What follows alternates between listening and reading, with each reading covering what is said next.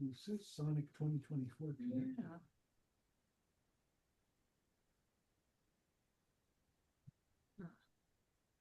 No. Oh, that's not the right thing. What's that? Oh, Rudy, your mother. Did she join Yes. I don't like it. Hi, Sonia. Good to see you all. Oh, wow.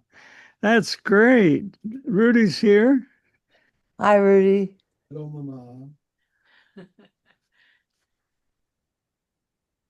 Why isn't this going? Here, I've got a thing, but I can't seem to get it on. I'll connect it as soon as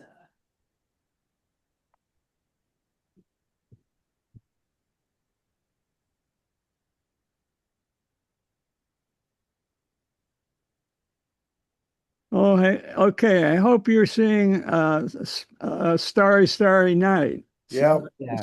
Can Speaking, you get this one up? speaking of which, and this is the night sky in Flagstaff. Um, and this is we lived 75 miles from Flagstaff for 2 years when we were in the Indian Health Service. So we know about this phenomenon, how beautiful the night sky is in Flagstaff. So I couldn't resist uh, putting that up. And Flagstaff, since we left low 60 years ago, has intentionally um, reduced night pollution, light pollution. And so it maintains this ability at nighttime to go outside and look at the stars. So this is a observatory auditorium, open air on top of their planetarium. So they've put in LED street lighting, and they've gotten awards from Dark Sky International. Um, and a lot of people stop by in Flagstaff on the way to the Grand Canyon, so it's becoming a tourist thing too. And local companies are cashing in. Dark Sky Brewing Company, for instance, and uh, we have a neighbor who is an animal rights advocate, and she encouraged us to turn off our lights, outdoor lights, after 8 o'clock, so that the animals around in our neighborhood, which is kind of leafy and woodsy, are not suffering from light pollution. Anyway, this is just a map of where we were for 2 years in the middle of the Navajo reservation and 75 miles from Flagstaff. But this is a wonderful location, also 75 miles from Lake Powell, 75 miles from the Grand Canyon. And then the Hopi Mesas ran right along here, all the way down to Gallup. And Monument Valley was 75 miles up here, right outside Kayenta. So thank you for indulging me here. Submitted graphics. Jim submitted this a week ago. This more recently, he found a CNN program about that Russian teacher, the whistleblower, who stood up to Putin. So this is covered on CNN by Christian Amanpour. So Jim submitted this a week ago, the tariff. charts that he found in the New York Times. Thanks, Jim, for both of these. And so the article looks at the effects of the tariffs 1 year into Trump's trade experiment. And you can see the drop off of imports. It's working. So this is the year, and this is data going back 25 years. But this is the drop off color coded. And you can see it's across the board drop. So in that sense, it's working. Historic, these tariffs haven't been seen in almost 100 years. The average is 17%. And let's be clear, it's the business owners who are paying these taxes, really, because a tariff is a tax. And his stated aim was to reinvigorate industry. Unfortunately, what it's done is cause businesses to first speed up, then delay, and ultimately to cancel as these tariffs really did kick in. They have raised significant revenue, but it's been from American businesses transferring money to the federal government. The trade deficit has shrunk, but prices are rising because of it. So here's the revenue graph. You can see what a spike that was. Just from the standpoint of history, before the income tax, revenue came mostly from tariffs and the alcohol tax. And so it was when the alcohol was outlawed in Prohibition, they made a deal, the prohibitionists, with the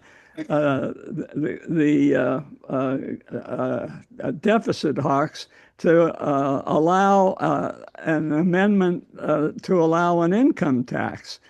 So the income tax compared to this $30 billion is $2 trillion. So income tax has not in any way, shape, or form been replaced by the tariffs. But nevertheless, it is a bundle of money that does exist that might help with paying interest on our debt, which Trump has done more to increase. But it's American companies, but that's paying for this. It's not, as Trump alleges, foreign countries. But this is shows that it is having an effect. Yes, Homer. Well, I'm sure you're going to make this point, but when you say that American companies are paying the tariffs, it's really the consumers who Correct. pay, because the companies pass on what they have to pay for tariffs to their customers. Correct. Absolutely. Maybe we'll have time later to discuss alternatives to tariffs, because I am a little worried for our automobile industry and its manufacture of EV cars if the markets are open to China without some sort of adjustment. Oh, yeah. The EV markets headline this morning, a company in Kentucky closed down. I think it was an alliance with a South Korean EV manufacturer, and they just closed down yesterday. Ford made a big bet on electric vehicles, and of course Trump's pulled the rug out right from under them. So, But well, I'm referring specifically, and we can talk about it later. But it's just what are the alternatives to tariffs to protect our industry from, I'm going to suggest possibly predatory policies from other governments like China, which is currency is very much undervalued according to experts I've read. And so they can sell things a lot cheaper than we can make them. So our industry could collapse. well, Trump's going to visit China in a couple of months, and we'll see. We'll see. I want an alternative to Trump's approach. Yeah, he'll make a deal, Homer. Okay. Yeah, I don't. Yeah, that's a good point. I will. Well, I'll have something to say about China later on. The trade deficit. Trump's obsessed with that, and our trade deficit has gone down. So he has succeeded. We're not importing as much, and again, it's color coded. But it's not helping factory workers. Manufacturing jobs have continued to go down. Now, the argument is, okay, it's going to take time. There are actually investing going on in the manufacturing sector. And you can tell that the investments are going up by the capital expenditure, but the jobs aren't. And maybe going to take some time for those factories to be built and the workers to be hired.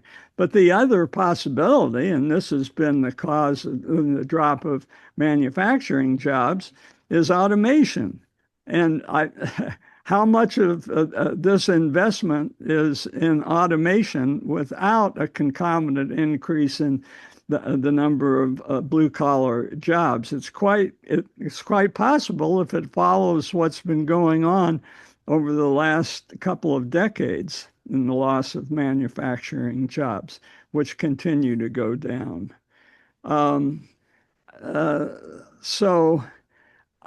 tariffs are hurting manufacturers in that they're increasing the cost of the means of production, metal and machinery.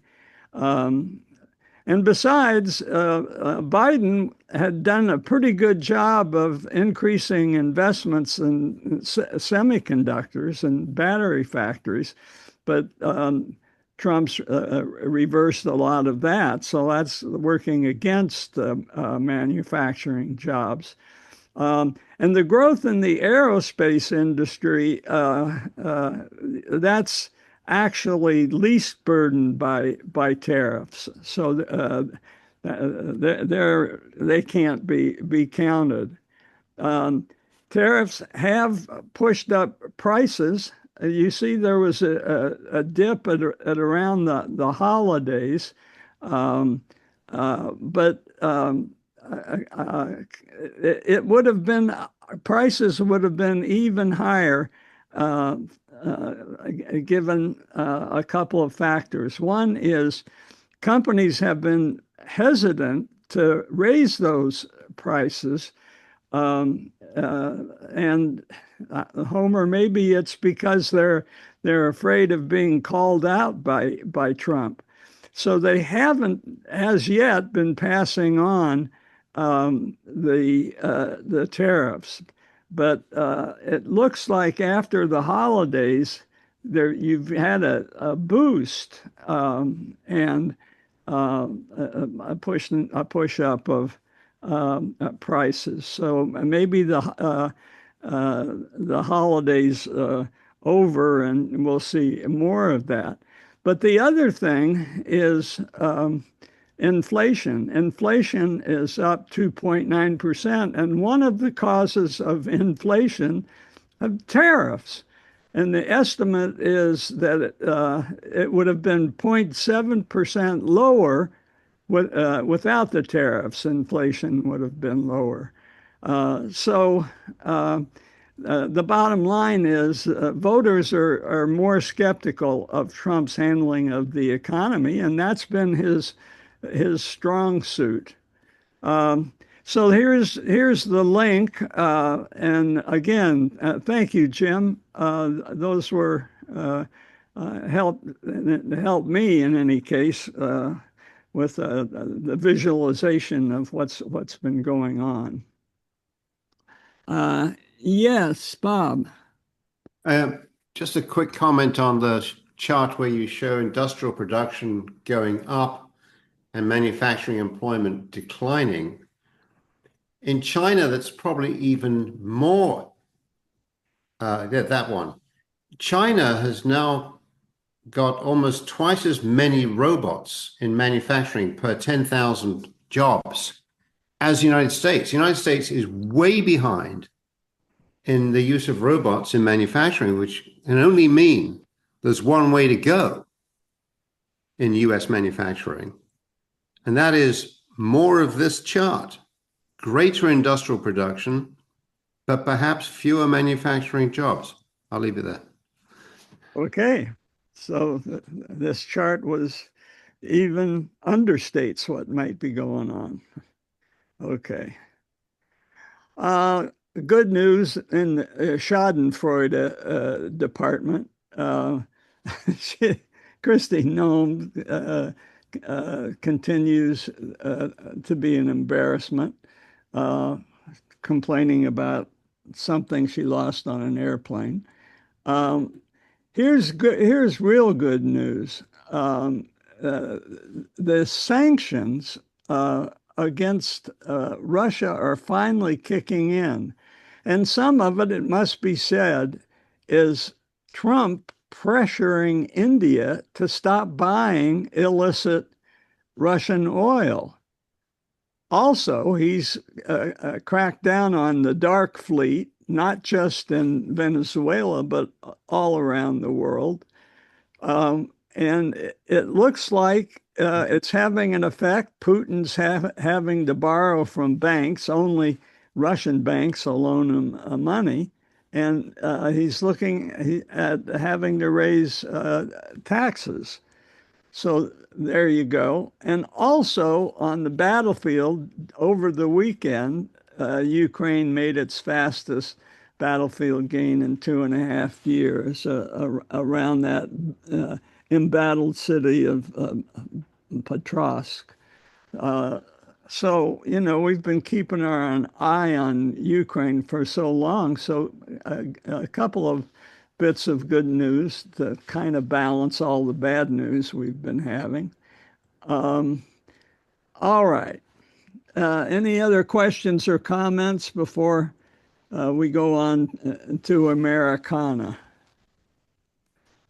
Yes, Michael. I just saw something in the paper today about Rubio's visiting Hungary. And apparently Hungary has some deal where they are getting oil from Russia. I don't know if you're going to cover that, but instead of cutting back on oil, buying oil from Russia, they're increasing it. So Russia's got some kind of deal with Hungary. And the Trump people aren't saying anything about that. Trump has given an exemption to Hungary. That's right. Oh, yeah, he gave an exemption to Hungary because Orban and Trump they love each other. Yeah, go figure. I was going to comment, John, about Cuba, and you've not mentioned Cuba, but I don't know. I just Well, it's on. I am. I do have a Cuba slide. It relates to Trump putting the screws on Claudia Sheinbaum, the president of Mexico, to stop sending Cuba oil, which they've been doing for decades and decades.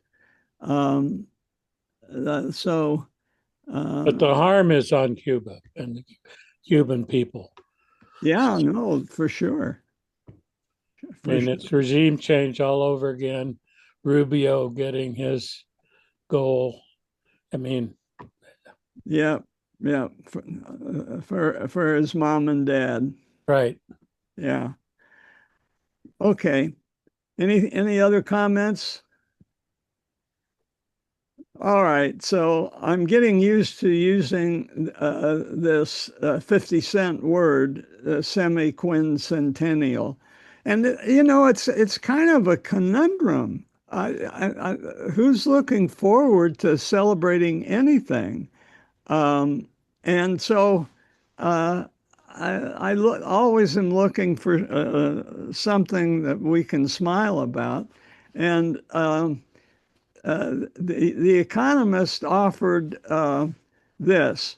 Uh, it looked back to 2009 when we were celebrating Lincoln's 200th birthday, and there was much more of a celebratory spirit, and both Democrats and Republicans were trying to claim Lincoln. And people were having events everywhere. Was it Springfield? Was it Kentucky? Was it Washington, D.C.? Everything was going on. And I found this interesting. The essay said that Lincoln is one of the most written about men, and unfortunately there aren't any women on the list so far, along with Napoleon and Jesus. And 16,000 books have been written about him, almost on the average one a week.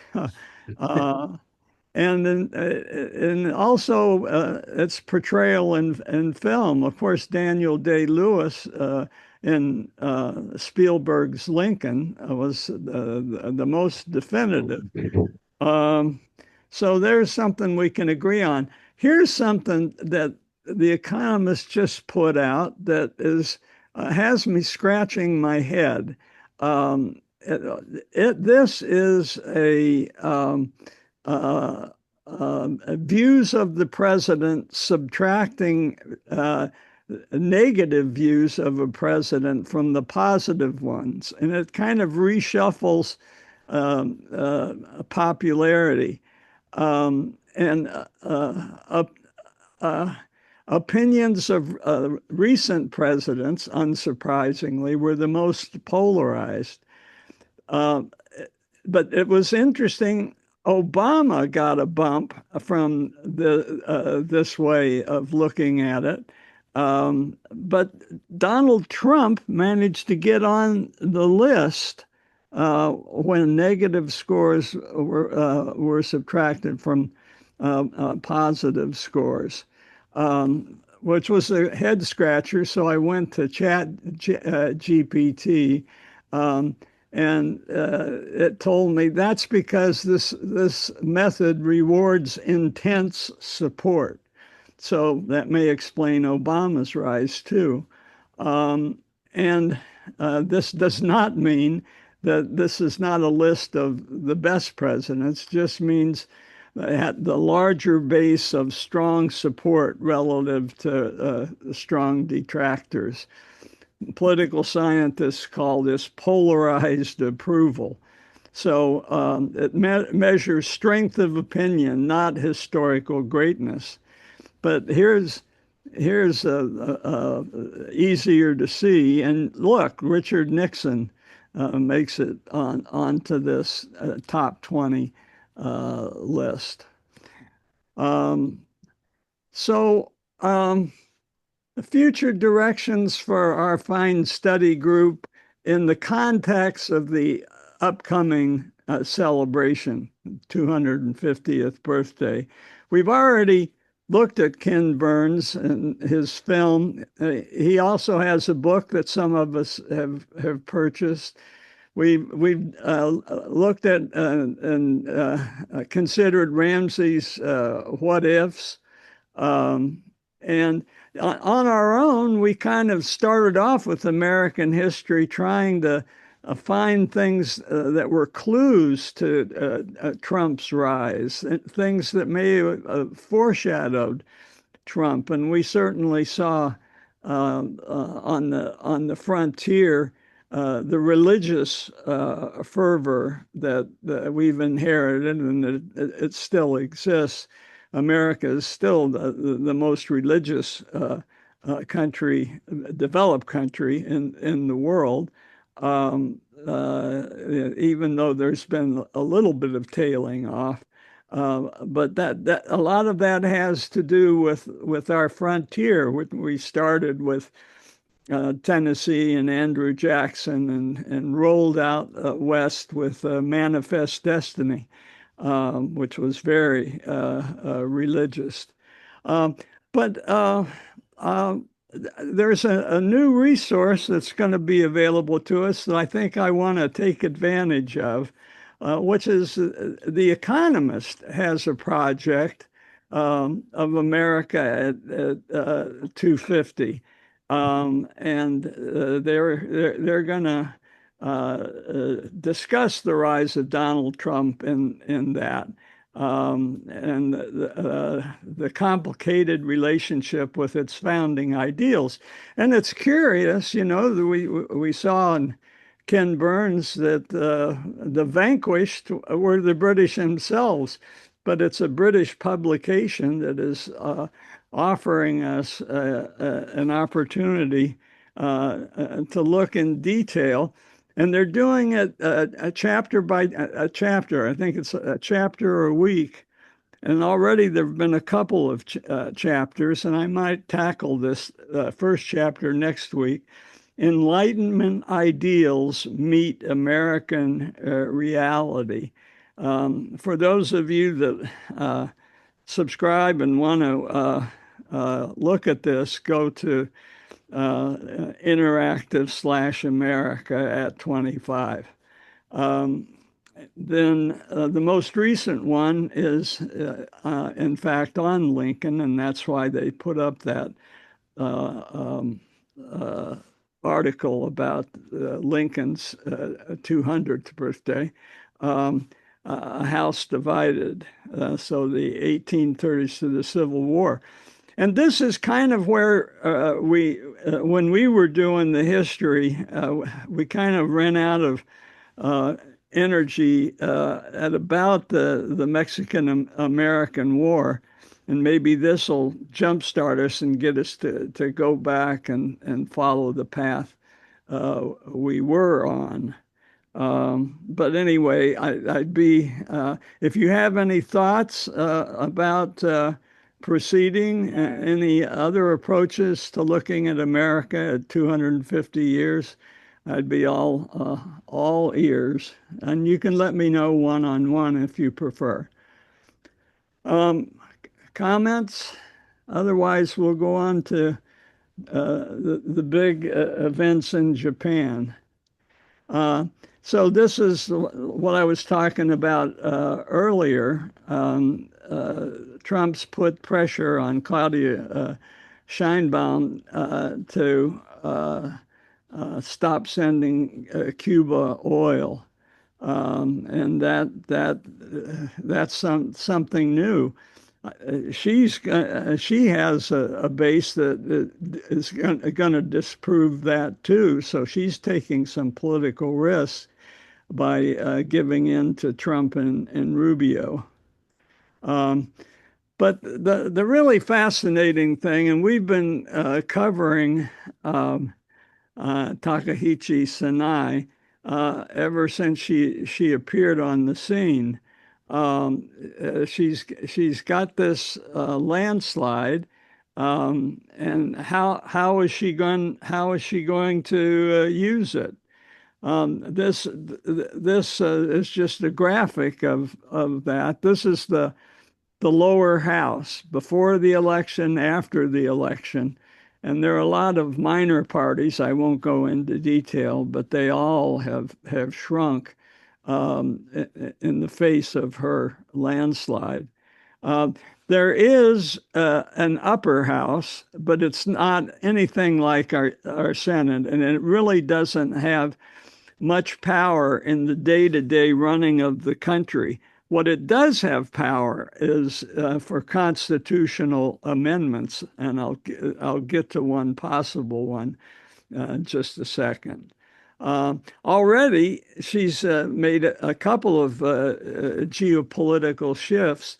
She spoke out strongly in favor of Taiwan and that Japan would feel impelled to intervene if China made a move against Taiwan. It's interesting that Japan has controlled Taiwan, I think, from around 1880 to the end of World War II. So their influence and imprint is significant, and maybe that's why it's so sensitive for Xi Jinping. But she's spoken up, and as it stands now, given the Constitution that I think MacArthur pretty much dictated, Japan has some limits on it in terms of producing lethal supplies. So somehow they're being urged to send these supplies to Ukraine in joint cooperation with the EU.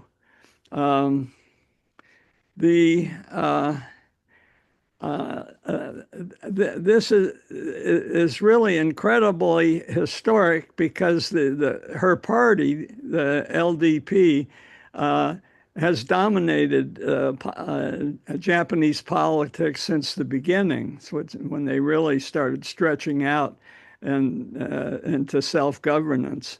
But she has 70% of the seats, and The Economist calls her the most powerful woman in the world. The question is, what now? Well, there are a lot of challenges. In addition to playing a role in global politics, she's going to have to distance herself from her right-wing loyalists. And to do that will entail her, I guess, gambling, rolling the dice again, because how much does she need the right wing? So she's got an opportunity to use her supermajority. She is a risk taker. She's a motorcyclist, and she allegedly showed up to take an admissions interview on her Kawasaki. We've already seen that she's a heavy metal drummer. I won't show that again. But she's in an interesting situation as she breaks with the old guard. Japanese politics has been very much controlled by upper class men, and she is neither of those. She's middle class, like Margaret Thatcher was. And she has obviously, in some ways, kowtowed and worked her way up.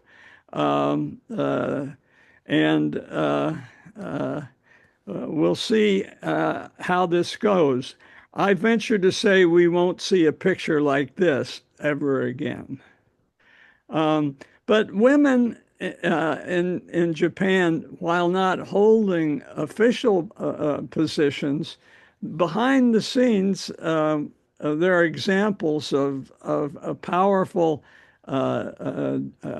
dowagers in political families. If you've seen Shogun, widows play a role. This is from the most recent iteration of Shogun. You remember we had one with Richard Chamberlain back in the 80s, but this is quite an improvement in production values, the most recent one.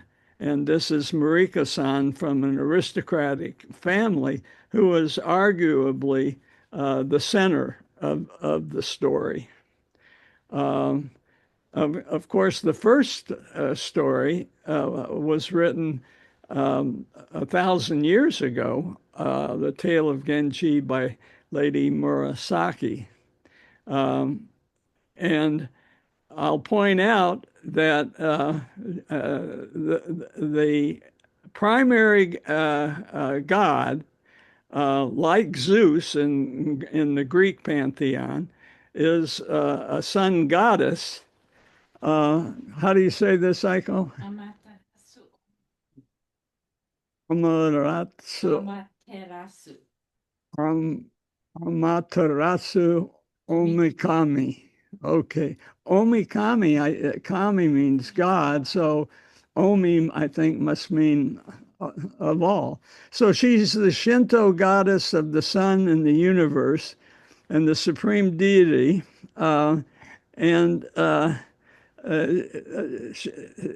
Mythically, she's credited with starting the imperial family. So she's the mother of the imperial family. There's a famous myth involves her hiding in a cave, and when she goes into the cave, it plunges the world into darkness before she can be lured out with a mirror. And I'm not going to say that's ever happened in our household, but it's an interesting myth. Here is why I'm lingering on this. There is a Princess Aiko, right? So this is the emperor. This is the wife, and this is Aiko when she's about 10 years ago. She has been bypassed by the inheritance of the crown, and it's has to follow in a male line. And why is that? Apparently, there's a Meiji law that went into place in 1889, mandating that only men can ascend the throne and be in the line of succession. And so the majority of the public is for changing that law. So if that law wasn't in place, Aiko would be the next empress, but it is in place. And it's too bad because Aiko is very well respected. She graduated from college, majored in literature. Her mother, she inherited a lot of her smarts from her mother, who was known as a career woman.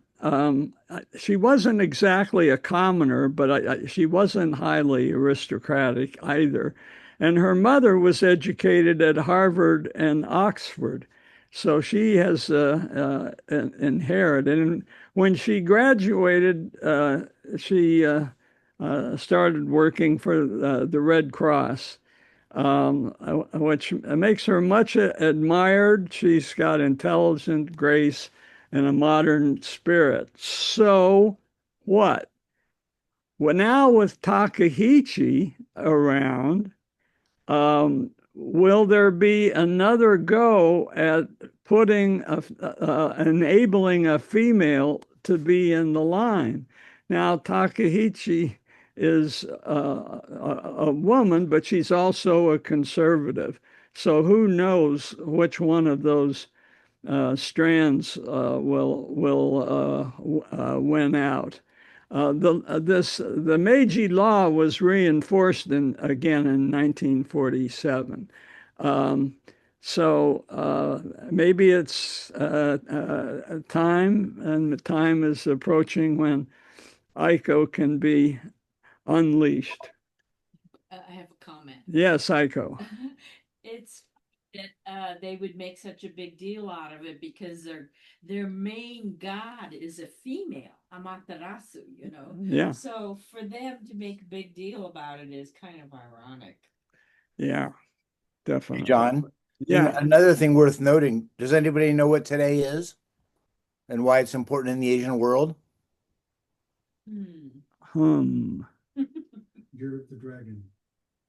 Year of the Fire Horse, actually. Lunar New Year. Lunar New Year. This is the new year for most of Asia, not including Japan, but almost all of Asia is celebrating big time.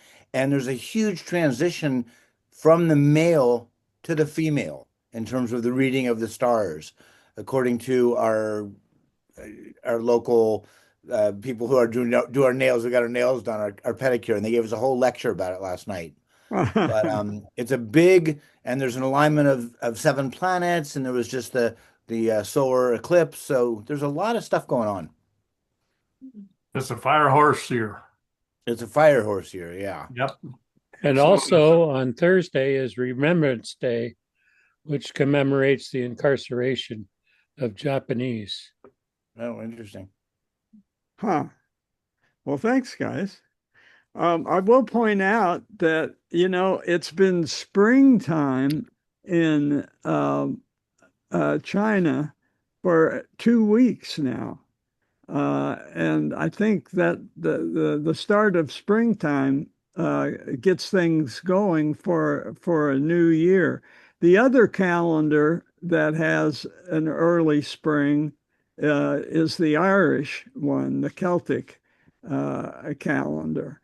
Our more primitive calendar doesn't allow spring to come to much later, but both the Chinese and the Celtic calendars allow for spring occurring as soon as the darkest quarter is over. So the winter solstice is right in the middle of that.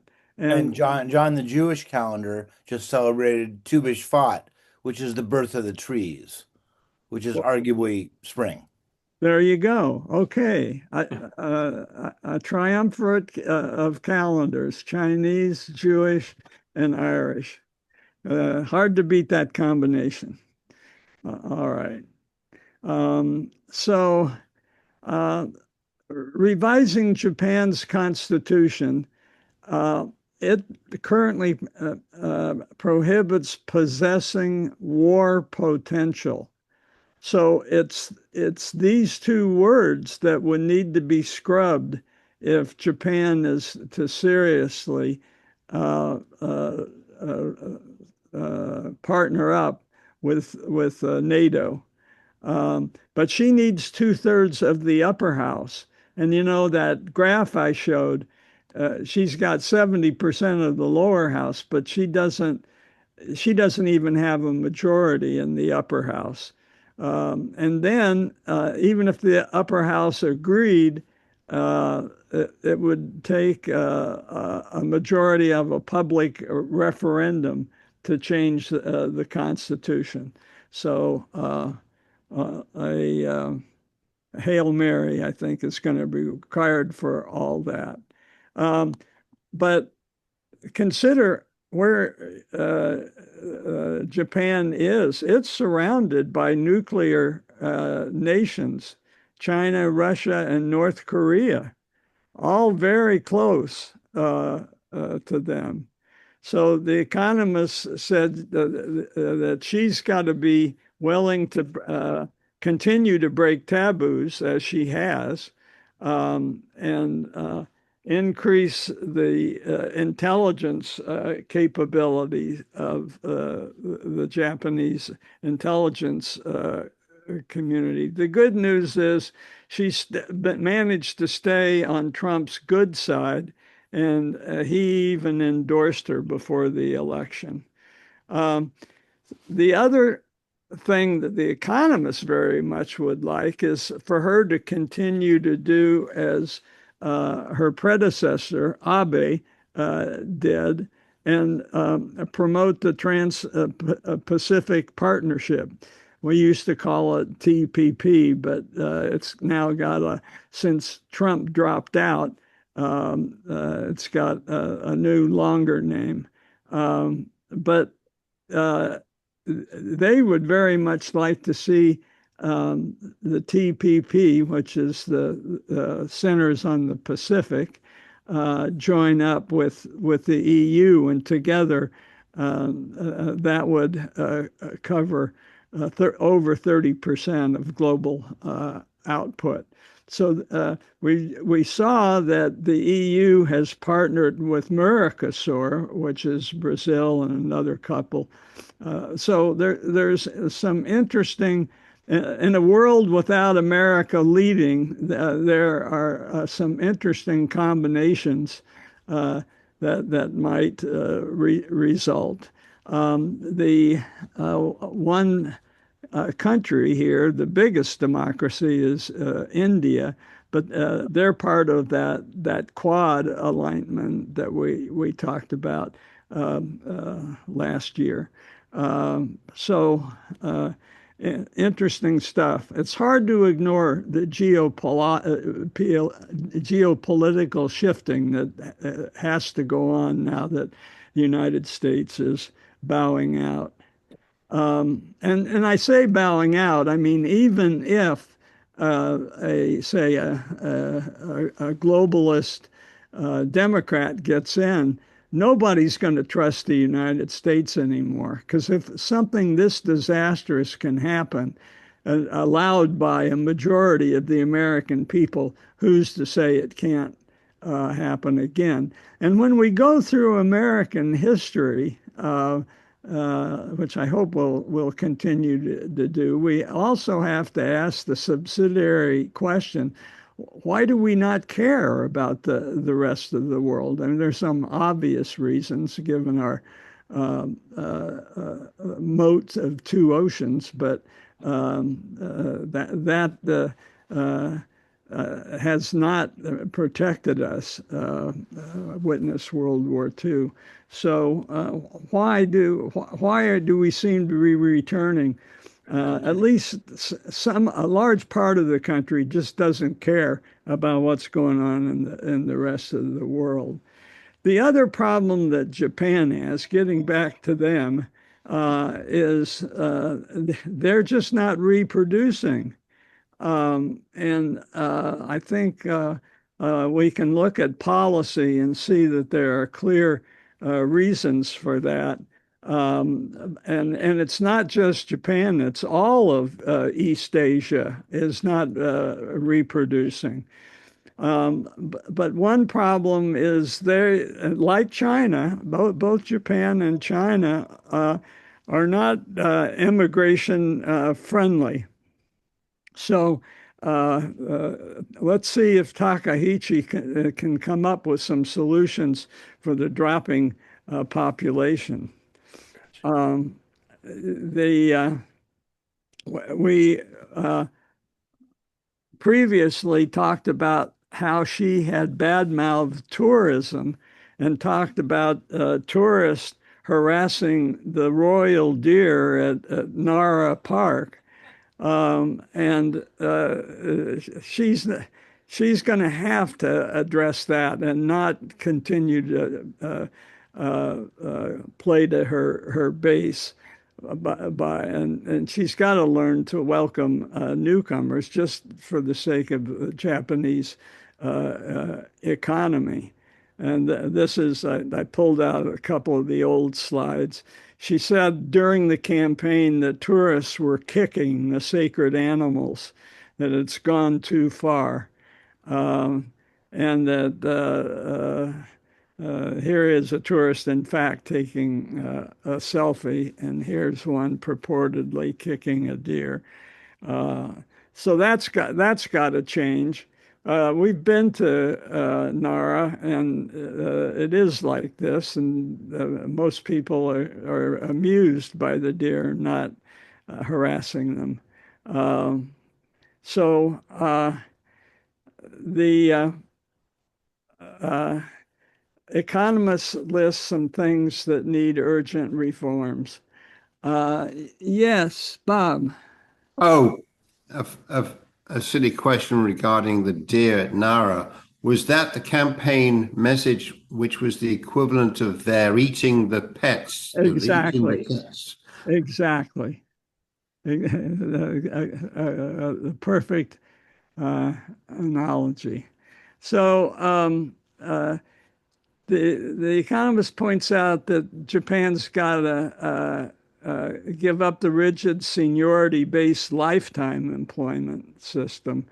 And so this goes back to Confucianism, really, which all of East Asia falls under.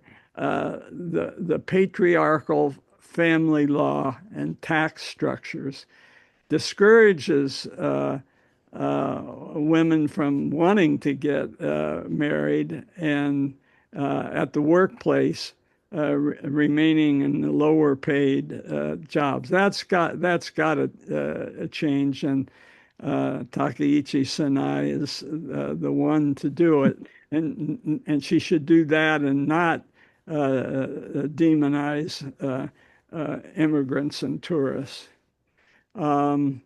So the other thing, like most politicians, Trump included, she promised tax cuts, specifically to drop the 8% sales tax on food.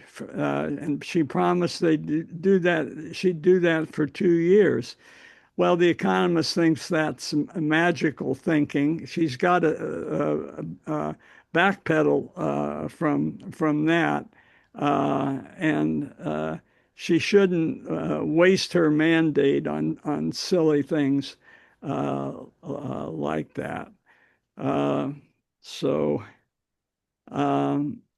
here's the other thing. She is an ardent nationalist.